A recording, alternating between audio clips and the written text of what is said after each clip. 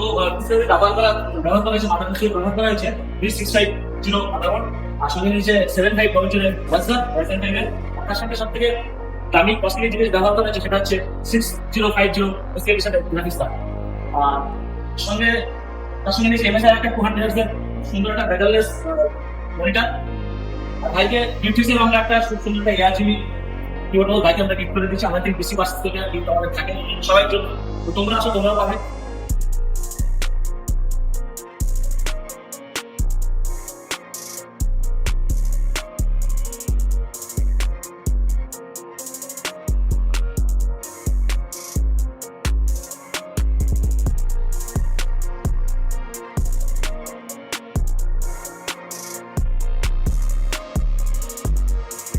সবাই জানে ম্যাটেরিয়ালসের দাম প্রচুর পরিমাণে বেড়েছে, এখন মার্কেটে ম্যাটেরিয়ালসের দাম প্রচুর, তাই আরো বাড়বে। তো আমাদের ভিউয়ার্স, তোমরা যারা এখন নিজের মনোরঞ্জন দিচ্ছে না পারচেজ করতে যাও, তোমরা যত তাড়াতাড়ি সম্ভব আমার সাথে যোগাযোগ করো।